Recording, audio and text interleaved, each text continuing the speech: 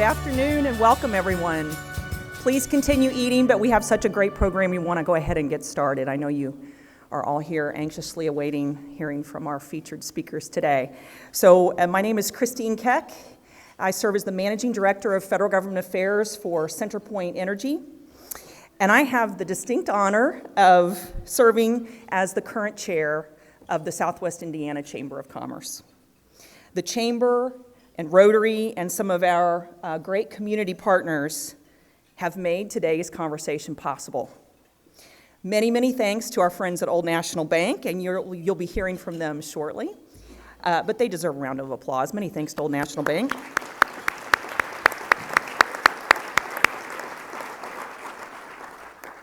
As well as Alcoa Work Operations, our friends at Hafer, the Clippinger Financial Group, and all of our corporate sponsors. We thank you all. Bob, you're on. I'm on? You're Okay. on. Yep. All right. Thanks, Christine. I'm Bob Cook. I'm chairman of Cook Enterprises, and it's my honor this afternoon to welcome back my good friend to Southwest Indiana, President Mitch Daniels. Let's give him a round of applause.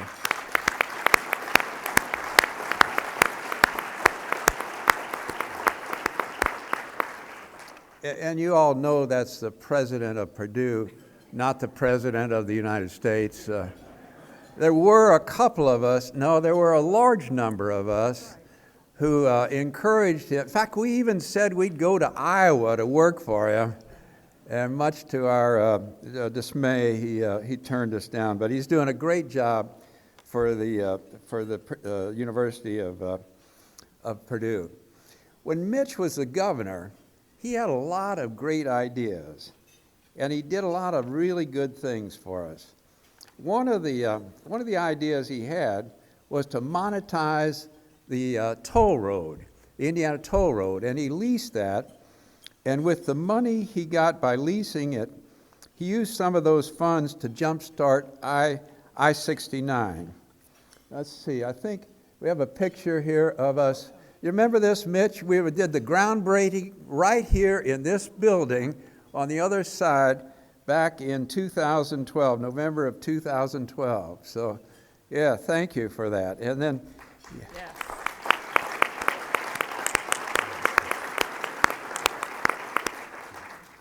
every time you drive on that I-69 up to Bloomington or Indianapolis, you need to thank my man, Mitch.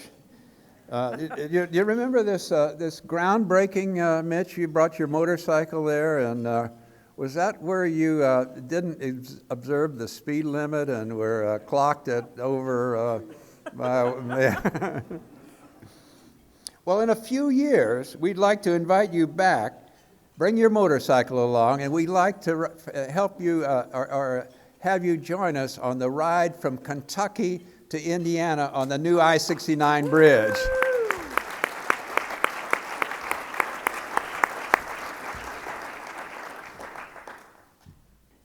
So we're so excited to have a further conversation with Governor Mitch today, talking about all the things that Bob just brought up. I mean, it just speaks to the tremendous progress and momentum of our region. And as a chamber and as all these stakeholders in the room know, we've had our shoulder literally to the wheel of progress for many, many years, and we are so proud of our region. From the opening of the Ford Center, just down the street here, and the DoubleTree Hotel, to the impact that the phenomenal Regional Cities Initiative is having on our region, like new gateway facilities at Oakland City University. We've also added the Warwick Wellness Trail, which anchors our regional healthcare campus. And EVV, you can't leave EVV out, a spectacular new airport terminal that has literally changed first impressions for business and talent that enters our region through EVV. Under construction just a few blocks from here, the Post House project. The coolest new mixed-use residential choice project. The Post House will be literally a living lab for Vectren and CenterPoint to test and utilize smart energy products. And Bob, we have to give a shout out to SIG School. There's no way we would not give a shout out to the phenomenal SIG School and their expansion, which was also part of Regional Cities initiatives. That included the addition of science labs to Indiana's number one high school, Signature School. That is a round of applause for that.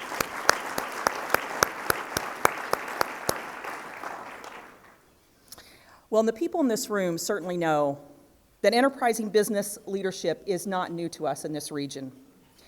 When the Second World War demanded 100% commitment from industry throughout America, our civic and business leaders went to Washington and made the case for constructing the LST ships here. Our manufacturing capability, our strategic inland location, and our hustle landed the deal. And we keep landing deals. The latest is Berry Global's announced acquisition of Europe-based RPC Group, making them a $13 billion homegrown company. Congratulations to Berry.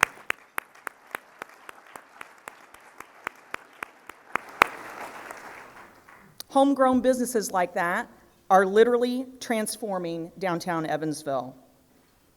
When you look downtown, when you participate downtown, you can see that literally the energy is contagious. How about E is for everyone? E is for everyone. I see many of these lapel pins today. Our community is counting on everyone and needs all of us to thrive. Thank you all for your engagement on E is for everyone. It's making a tremendous impact. We certainly wouldn't want to leave out Mickey's Kingdom. That was a tremendous collaborative effort by this community, showing our tremendous support and investment in our children's future.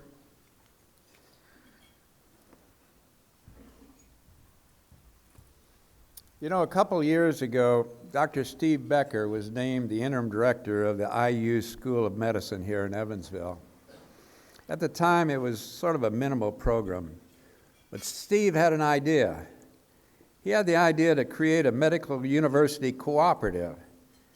He thought that IU and UE and USI could cooperate with Deaconess and St. Vincent's, Good Samaritan, Memorial Hospital, and all of them to provide the best medical education anywhere.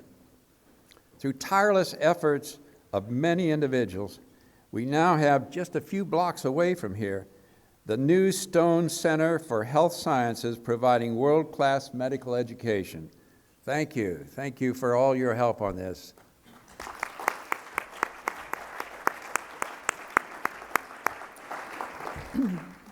I'm honored to serve as a trustee, a newly appointed trustee for the University of Southern Indiana. And so I must give a very well-deserved shout out to the new Screaming Eagles Arena. If y'all haven't been there, you need to go. That just opened last week. And I also want to take this moment to acknowledge Dr. Ron Rochon, who was just inaugurated last week as our president. Dr. Rochon.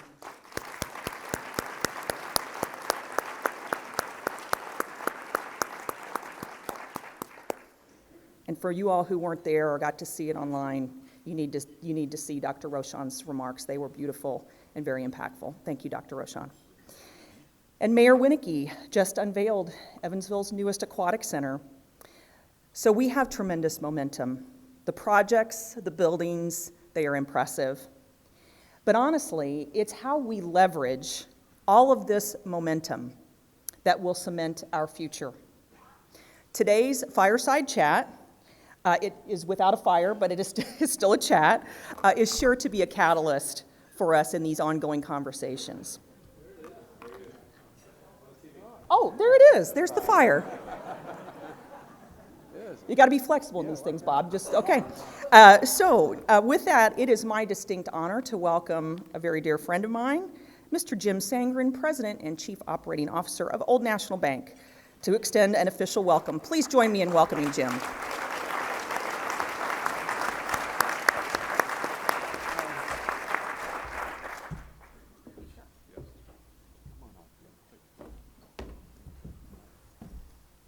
Well, thank you, Bob and Christine. Clearly, we have an incredible amount of momentum here in Evansville and Southwest Indiana. Thank you both for your leadership. Obviously, it was a great day for USI last Friday with the inauguration of Dr. Ron Rochon. About a week ago, Alex Stein, Alex, you want to stand up real quick? Career leading scorer for USI, made it to the Final Four. Congratulations, Alex. You didn't know that was coming, did you, Alex? Sorry, buddy. I now have the distinct honor to introduce our speakers today. Both gentlemen have accomplished so much in their respective professional careers, and while Bob Jones and President Mitch Daniels really need no introduction, and I know Bob would like that, they are certainly very deserving, so here goes. Bob currently serves as chairman and CEO of Old National Bank and will be retiring as CEO in less than a month after giving 15 years of his life leading our company.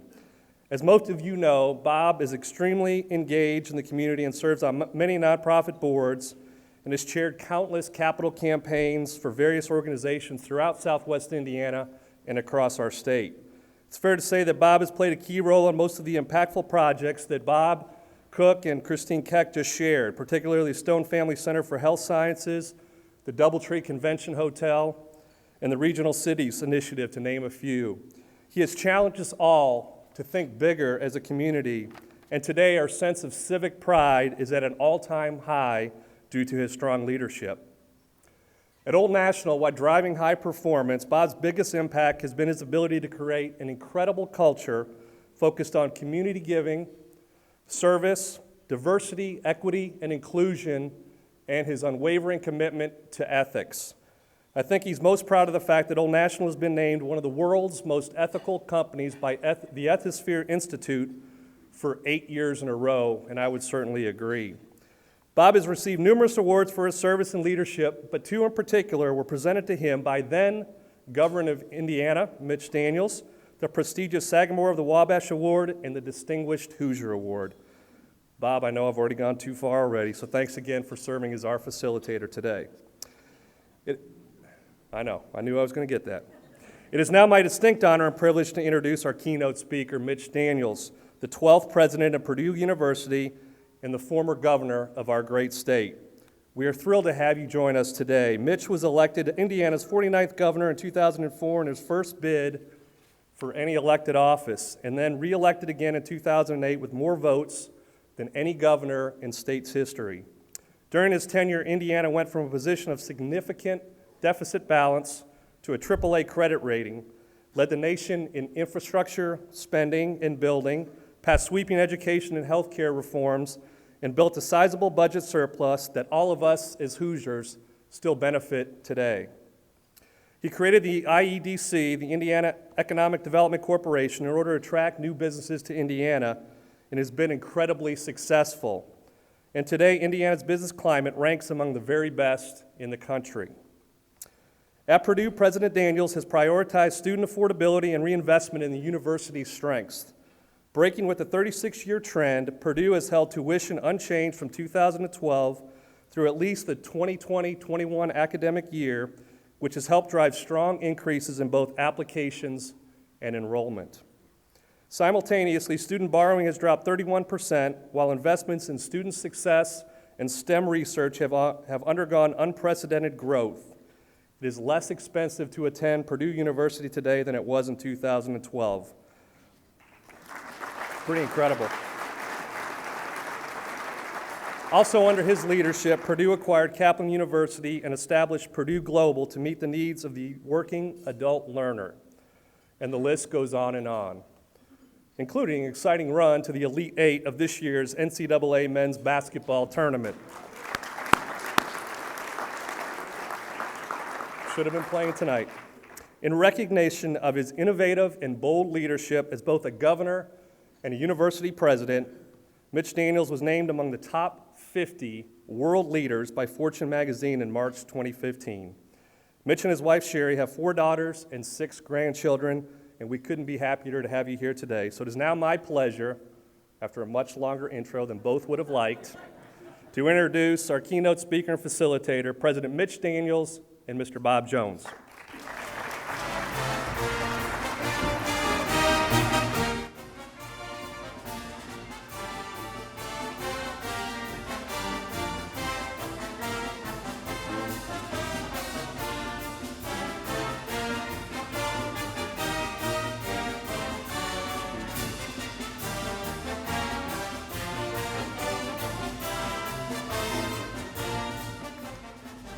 bad, not bad. It's hard for a Buckeye fan. So we could have just had the introductions. Not as hard as it was last November, the something when you... I knew that was coming. Yeah. Touche. Well deserved. It's all for Tyler. Thank you so much for being here, and more importantly, thank you for all you've done for this community and this state. Well, Just remarkable. So. No need. Great being back. Yep. And we know you'd rather be in Minneapolis, but we're kind of glad that the tournament ended the way it did. But thank you. Well, you can be glad, but I'm a sore loser, and I don't care who knows it. And congratulations as well. I understand yesterday was a big day, your birthday. So happy Correct. birthday as well. That's right. Thank you. So congratulations. As Jim mentioned, Fortune magazine said you're one of the world's greatest 50 leaders. And unfortunately today we tend to always focus on those folks that don't have the greatest leadership skills. How would you define great leadership, and what are the traits you look for in a great leader? Question you get a lot on a campus full of bright, young, purposeful students like we have at Purdue. I don't know a short answer to it. The shortest one I can usually give is that, first of all, I tell our students, if you aspire to a job of major responsibility, first you have to be able to answer the why question. In other words, why would you do it? What will you do that makes this business, this community, this entity better for your having been there? If you can't, and I should not be in the answer. So I always, I tell them to be really dubious about people who say, I have a passion for this, I've always wanted to serve in that. No. What are you going to do to make Evansville greater, Southwest greater, USI greater?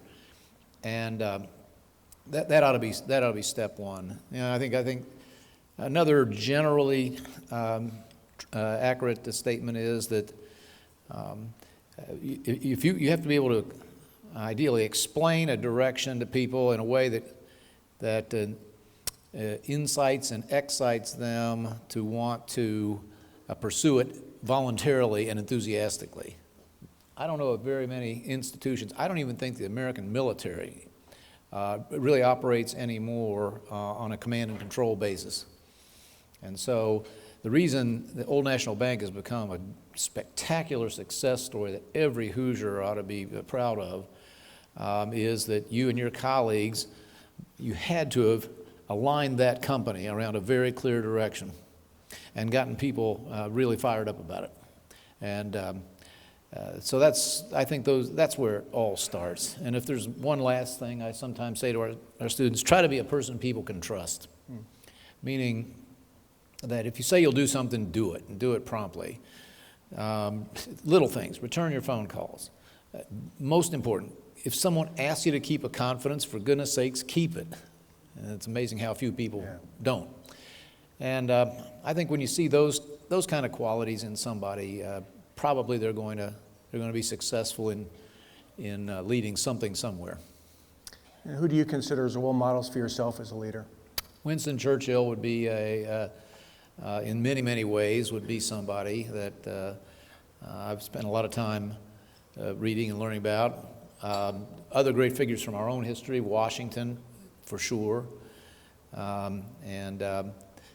You know, I was very lucky to work in proximity to some tremendous leaders. I don't know what there's no magic elixir. The answer I gave you, I'm sure, is very inadequate. The best ways I know to try to improve one's possibility of leading successfully are, first of all, to read biographies, study people who did, and learn from their successes and their failures too.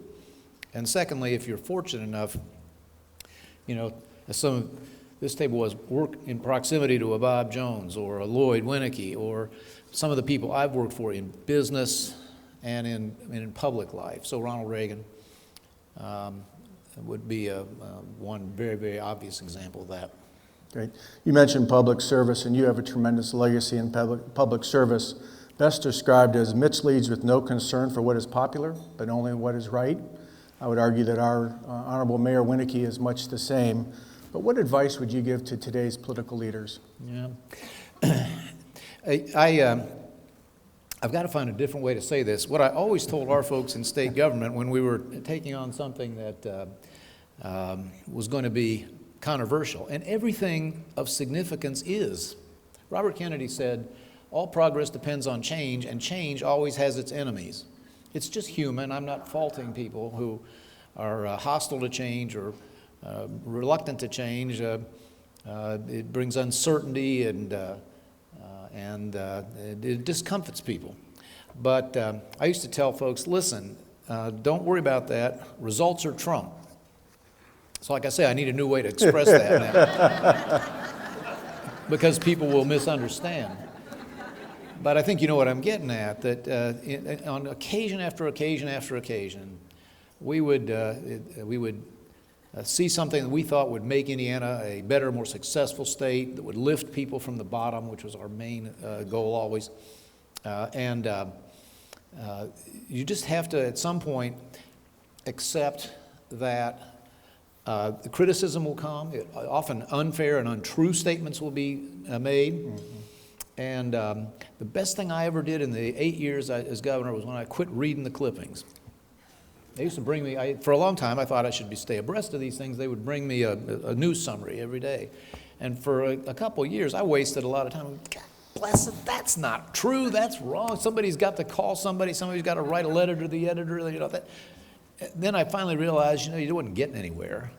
Half the time you never even get the correction made, and then if you do, people don't see it. And I just quit worrying about it and just accept whatever walk of life you're in. If you're going to make a difference, you're going to make some people at least temporarily upset. And you just have to accept it as a cost of doing business. If you're not prepared to pay it, step aside and let someone else will. And trust that in the end, if you make more good judgments than bad, if you do follow through and make the reforms or the changes happen, and you were generally right about it, people are fair, and results will matter most. And I think that was, looking back, I think that was our experience. Mm-hmm. So if I'm a graduating senior at Purdue, or Alex Stein who's graduating from USI, and they ask you whether I should go into public service, would you still encourage people to go into public service in today's environment? I absolutely would, but not necessarily right out of school. Now I say that, I got sort of enchanted with it. Dick Lugar, another of the great leaders I got to work with and for, got his hooks in me when I was still a college student. And it was very difficult. It took a few years before I got away from him. I've sometimes cited him for this principle, though. I was an intern in his office as mayor of Indianapolis as a college student. And he was very good. He would only have a few of us, and he would spend individual time with us. You really learned a lot doing it. And he would have us in for an exit interview each of the 2 years. And second year I did it, he asked me what I wanted to do when I got out of school the next year. I said, well, I kind of like what we're doing here. You're turning this city upside down. Indianapolis was just beginning on its path to what it is today, and it's a thrilling time to be around urban government. He said, great. He says, but do what I did. Go out first and go into business. Find something, learn a skill, a trade, a sector, maybe make a little money, get a little independence, and then come to public life. Then he spent the next 11 years talking me out of that exacted guidance. Every time I'd say, Senator, I'm thinking it's time, no, why would you want to do that? And he'd tell me what we were going to do for the next year, and I'd fall for it. But I still think it's good advice, and I give it to our Purdue students all the time. This nation needs men and women of purpose and idealism and talent to give some of their lives to public office. And while there are people who have done it as a whole career who I admire deeply, and Senator Lugar almost is one of those, I still like the model that George Washington and his generation certainly believed in. Cincinnatus, go off, serve your country, go back to your plow. And I think that people who have developed an understanding of business, of the free market, of maybe the nonprofit sector of society, bring a lot to public life that folks who make it an entire career just don't have maybe that same perspective. So, Yeah. Eli Lilly was good to you. absolutely, it was. I was asked so many times. I'm asking this job. I was asked all the time in the last job. Okay, you've done different things. Which do you call on the most as governor? And they always thought I was going to say, well, working in the White House or Office of Management Budget or working in the Senate or working in local government. No, by far it was the small business experience I had, and then working in a company as great as Eli Lilly and Company. That's where I learned about, back to the first question, about trying to get people aligned in a common direction, about the fact that nothing big happens in this world because of one person, only when you get large numbers of talented people working in collective fashion. So yeah.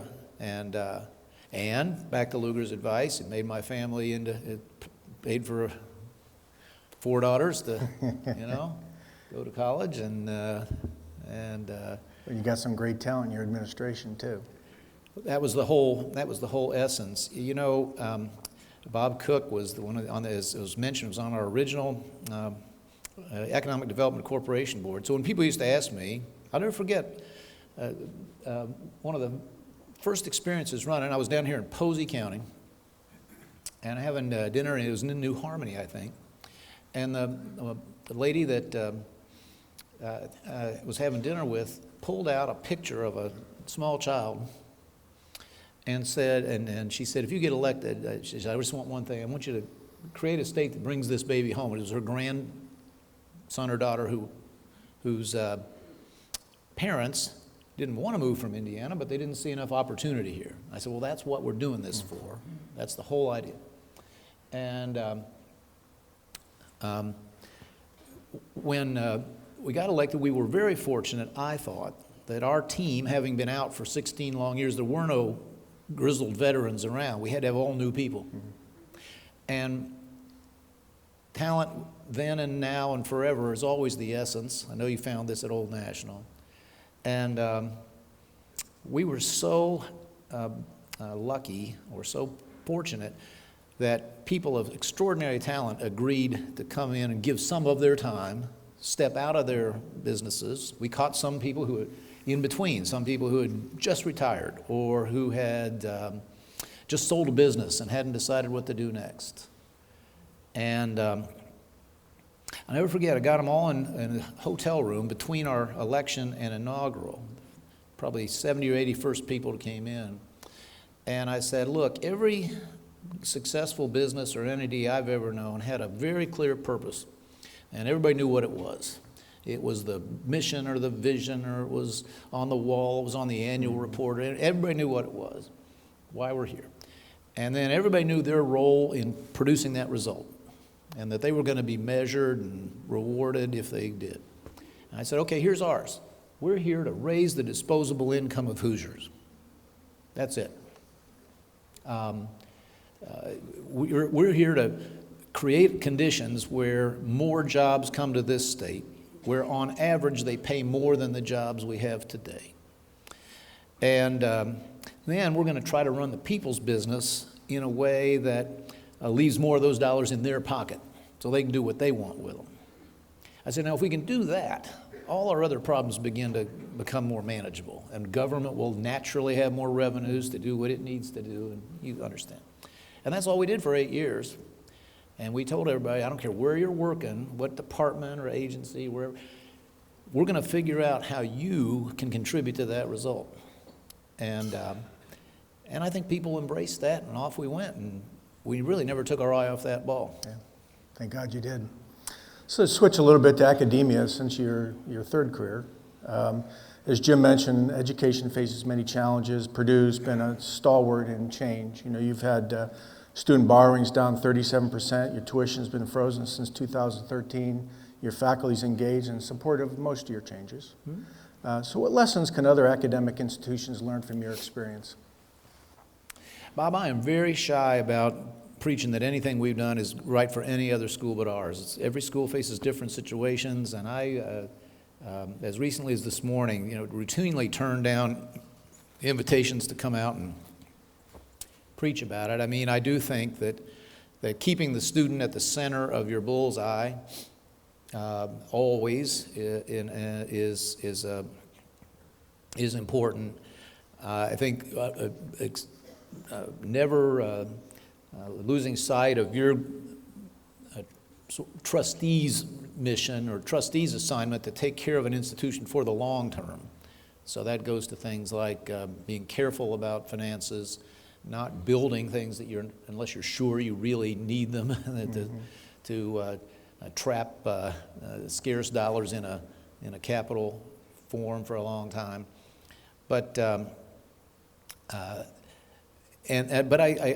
one more. I mean, we operate under a little slogan at Purdue, and it just came out of my mouth in an interview one time somewhere, and we weren't able to improve on it, so we've just kind of continued to use this catchphrase: higher education at the highest proven value. So value wraps up the idea, of course, of quality divided by price. So try to make the quality of the education as high as you can, but keep the price down. And proven, so in my sarcastic moments, of which there are many, I've sometimes said to business audiences, now look, here's the racket we should have gone into. You're selling a product that is a necessity or deemed a necessity. You just got to have that college degree. And you have total pricing power. In fact, it's better than that. When you raise your price, you not only don't lose customers, you may gain customers. Why? Because you're not required to prove the quality of what you're doing. So people have looked at the sticker price way too often and said, well, if University A costs more than B, I guess it must be better. There's no evidence of that. At Purdue we began, it takes years to build up the longitudinal data, but our freshmen take a test in what's called critical learning. The question is, 4 years later, are they better at making judgments, at reading something and drawing smart conclusions, or being able to ask the kind of questions that you will want them to ask if you hire them in your business? But we'll see what the results will be. I have strong conviction that Boilermakers will show that they have grown during their years with us. But higher ed has not generally been asked to do that. And that's that I would suggest ought to be on the mind of everybody, whether you're no matter what kind of school you're responsible for. Mm-hmm. So for the 15 years I've known you, you've always talked about brain gain and getting more Hoosiers to come back and stay in our great state. As I travel the region, the number one challenge businesses tell me is there's just not enough trained workforce. Yeah. What advice will you have for us as a business community, as political leaders, nonprofits to increase brain gain? Right. Well, this is a hot button for me. Right back to that conversation in New Harmony, and thousands more like it. We thought job one was, first of all, stop the drain. We used to talk about brain drain, that's still an issue, that a lot of our talent that we either grow here or it comes here to one of our tremendous schools, comes to U of E or USI or Purdue, and doesn't stay. We want to keep working on that. The good news is that starting about 3 or 4 years ago, best data I can find, we have a net in-migration of college graduates, if that's a rough proxy for talent. And that's a change. Now, it's not big enough, but if you normalize out the snowbirds, the 65, we don't... Let's be careful there. Well, I mean, we miss them when they go, but that's not the issue. The issue really is talent in the working years. We're gaining. And that's a credit to people who've built communities like Evansville and other places that are attracting or keeping such people. But now, I think we've got a great opportunity in this state to, if we can get aggressive and smart about it, to go out and gain new talent. So at Purdue, we have contacted essentially every alum who lives out of state. I sent them a little video on email and basically said, greetings from Purdue. If you haven't been back home or to Indiana in a while, you might not know this, but this is a state with more jobs than people to fill them right now. And if you've ever thought about coming back, now's a great time, and we can connect you with employers who have great jobs begging. Click here. And we've got some momentum on this. We've already placed a bunch of people, and we've got 130 as of this morning who are in active match search. Every other university, I've written all the other university presidents, let's all do this. And, but you know, everybody here knows somebody out there who has said, gosh, I'd like to come back sometime, but what would I do? Now's the time, you know, before the recession comes, now's the time to get ourselves organized to help them find that opportunity that they've occasionally thought about. So Bob and Christine and Jim did a great job of talking about some of the great changes that have happened in our region for the last 15 to 20 years with your great leadership and Bob's and others. So we've got momentum. How do we as a region with a public-private partnership continue to build upon that momentum and really be the highlight for the state?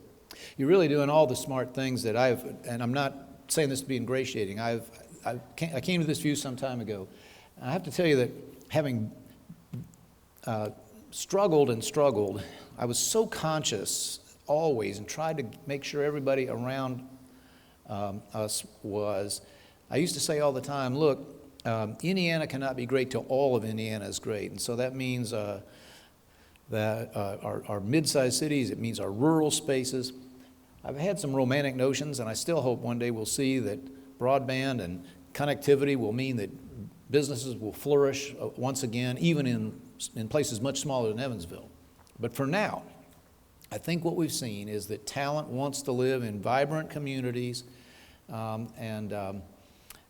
so if Indiana is not going to be a one-cylinder engine driven by Metro Indianapolis, which is a great success story, we're proud of it.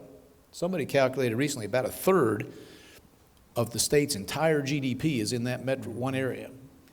Well, credit to everything that's happened there, but that's not going to cut it. So what's next? And the answer is places just like this, I think. We're going to have to build for this generation around hubs which have enough economic vitality to grow, that are accessible from the smaller towns and spaces for people who want to live there and can, you know, you could be in downtown Evansville from, pick it, you know, Lagodi or somewhere faster than you can be in Boston from the Boston suburbs. So the ideal hubs have universities, and which you have in some abundance here, and you've been doing some really smart things. I think this health sciences collaborative is a terrific model. People elsewhere ought to be looking for ways to, if not replicate that in healthcare, do it in some other industry. But where you have several great universities to build on, that's where I see happening. West Lafayette's going to be one of those. We're doing a lot at Purdue with exactly that in mind. Tomorrow is a big day for me because we'll be hosting CEO of a world-renowned company that's taken a look at investing in our, what we call innovation district, right on the border of our campus. And you have those assets, and you've shown an ability to pull yourselves together and utilize them, and it's a great model that I've held up already and certainly will after today to our regional campuses and our friends in Fort Wayne and Northwest Indiana, and where we have the same potential, that they're just a little bit behind you. Yeah.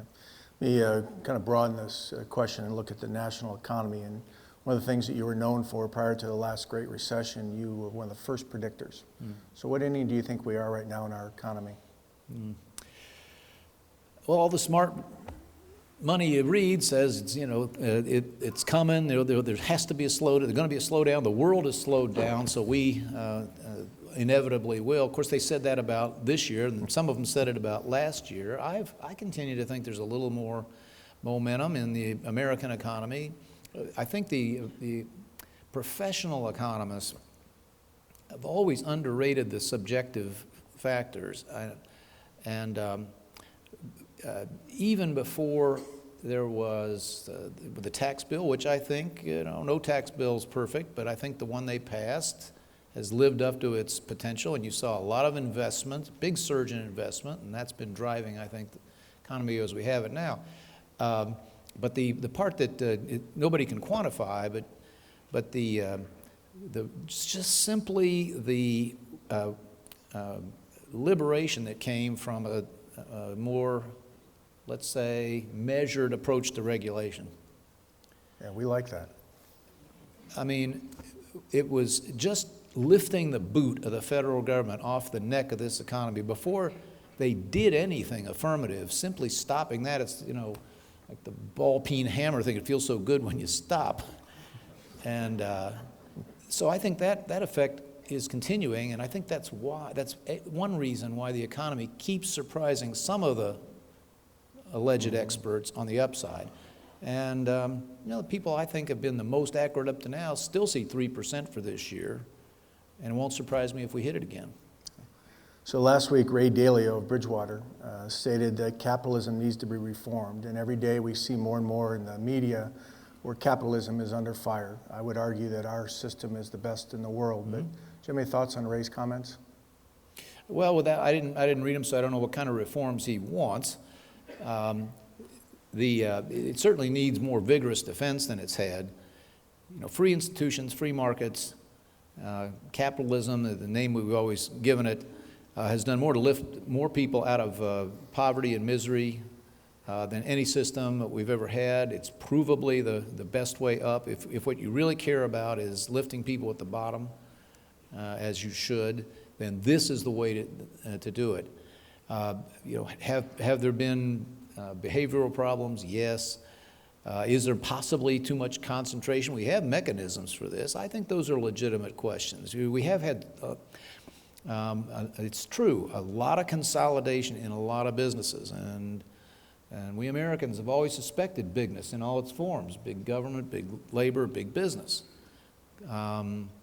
because businesses, monopolies always abuse their customers, overcharge them, and underserve them. And so there may be changes like that. I think there's a healthy debate going on right now about the tech behemoths, and both whether there should be reform of what they're doing, and/or some limits on their size and ability to acquire their rivals and all that. Great. We've got some questions from the audience that Tara is going to read to you. Yes, sir. Think of me as the audience, and I'll share a few of the comments from the folks in the room. One starts out with, oh my, am I okay? Asking about your comments on agriculture and GMOs and how that's gone, and if other universities and folks in that business have joined you. What I've said about GMOs, and that I'm guessing prompted the question, is that, first of all, that it's anti-science. People talk about anti-science. This is the biggest example I can think of. The science is absolutely clear that this is simply a modern extension of what we've always done in modifying plants for better yields, better nutrition, and all the rest. And what I have said is that in a world where we got to feed soon 8 or 9 billion people, we're going to need this technology to do it, just as we needed the Green Revolution, which has basically ended famine in the world.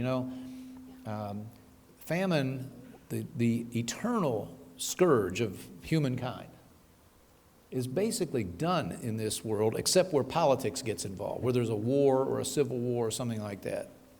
And if we're going to maintain that and improve that, we're going to need these new technologies. And it is, what I have said is, it's not simply erroneous for people to lecture the Africans so that they don't use these necessary technologies. It's immoral rich people are basically condemning less wealthy nations to more hunger than they should have to endure.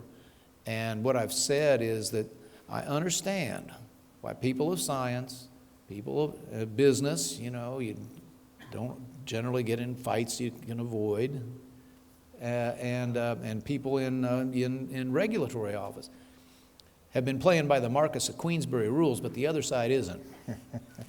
And this needs to be fought out, I think, on a moral ground, which is the kind of question it really is.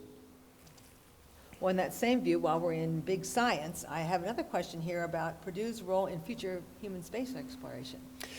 This is our 150th anniversary at Purdue, and we decided to celebrate it with an Ideas Festival, and I said, let's pick some categories that are close to the heart of this university. So one of them is how are we going to feed a world of 9 billion people sustainably? Another one is what's the future? What's our future beyond this planet? So we'll have our about every 5 years we have an astronaut reunion. We have 24 astronauts, which is more than any other school has among its alums, and we'll have most of the ones who are still with us back. And so we've been debating this subject. We got a big seminar coming up on this question. What's next? Should humans go at all, or should this be a robotic future and when we explore beyond this planet? There are people who think that's the appropriate answer.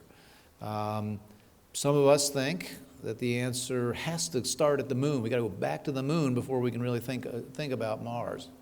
But I believe I was asked 4 or 5 years ago now to co-chair a National Academy's commission on this question. And it's not, the answers are not obvious, but we finally concluded that even though you can't justify it based on the business, the technology spin-offs that come of it, even though they're real, you can't necessarily justify it on security or other grounds, that the human spirit really wants to go where no one's gone before, and we should do that if we can approach it prudently, which to us finally meant back to the moon, learn to live outside this planet, and then look to Mars. Fascinating. Not to go back to the beginning, but there are several questions about college sports and the NCAA, and how you think they're working for Purdue and other universities. You hear my question? So I was trying to decide whether to give a facetious or a serious answer. So we'll go with serious. Well, I think that college sports, in their rightful place, are an integral part of the college experience, and they enrich life, just as a professional sports team does in bringing together cities or communities. Gives every people, let's face it, more than we ever have needed common denominator enthusiasms. We need them now. Americans are at each other in a tribal and in a cultural way that's very unfortunate, and I think very troubling when you think about our future as a self-governing people.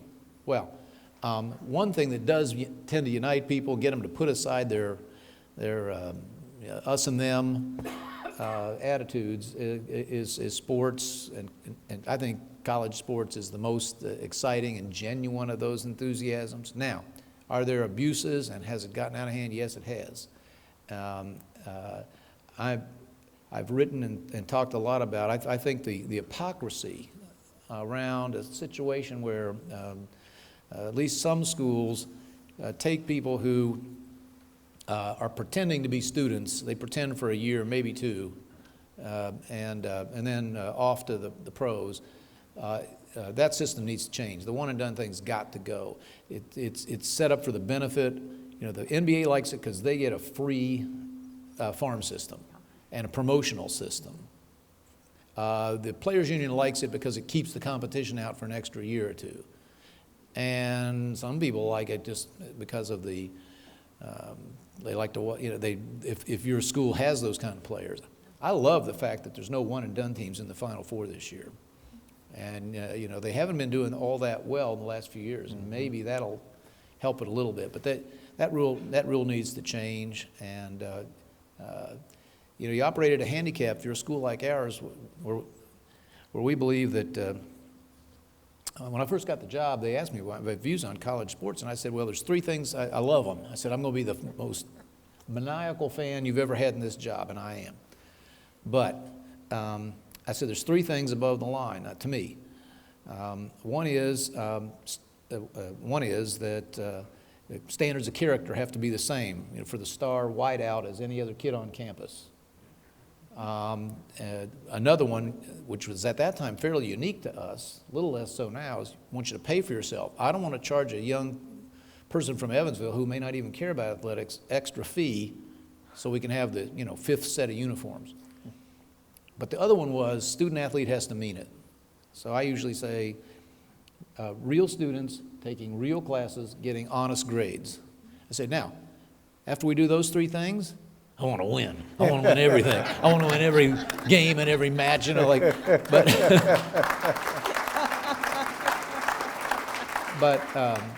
but we got to do those three things. And if you operate that way, as you know, most schools do, we do, you're a little bit of a handicap when you run up against schools who are willing to color outside the lines. Sorry, you punched another hot button there. No, I've got 20 questions here, as you might guess, asking about an all-Indiana future national ticket. And I'm not asking those questions to put anyone on the spot, but if you'd like to comment on that, you'd make half this room happy. Well, what's the question exactly? I think the question is what a Daniels Pence ticket might look like. Oh, yeah, well, I can answer the first part of that easily. What I tell everybody up Purdue right now is that if they bring up running for national office, I said, look, at this stage of life, I'm not taking the demotion. That's excellent. Excellent.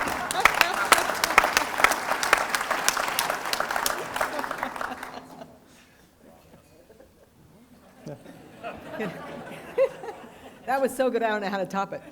But one more question, and it's a personal question of mine, because you made some comments on political leaders that you've admired. Are there business or other leaders that are personal mentors or that you have studied to put you where you are? Oh, yes. I mean, several at Eli Lilly and Company. That's been a well-led company throughout its history, and really, I was there with four CEOs. I learned something absolutely from each of those. There were some great people that I knew in other contexts. You know, one of the best pieces of advice that I ever remember getting came from Malcolm Baldrige. So Mac Baldrige had been a very successful businessman. You know, the Baldrige Award.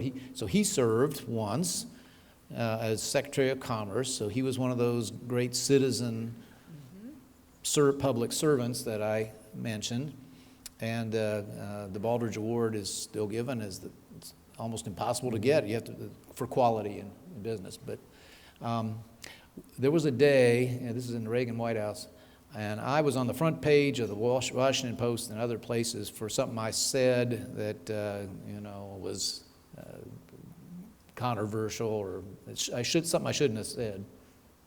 And I was really feeling down, and because I felt that I'd let the team down. And there was a cabinet meeting. I was supposed to go sit there, and I didn't really want to go. But I did, and Baldrige could see that I was sort of moping. And he came over and he said, "Hey, look, I know what's bothering you." He says, "Listen, good judgment comes from experience. Experience comes from bad judgment." And you know, simple as that is, everybody here knows exactly what he meant, and that stayed with me and got me through many times when I exercised bad judgment. And you just tell yourself, okay, learn something there, just don't do it again. But a businessman, I think it was one of the great financiers, J.P. Morgan Lamont, or one of those people, said, "You'll fall. Every time you fall, pick something up." Same basic idea. And so yes, I saw a lot of people in business who taught me that lesson, and similar ones. Well, President Daniels, Governor Daniels, on behalf of the Rotary and the Chamber, everybody in this room, and more importantly, our whole region, thank you for your leadership. Thank you for coming back, which is probably your 90th time to the region. Something like that. But It's been thank a you while, for- though. It's just terrific. I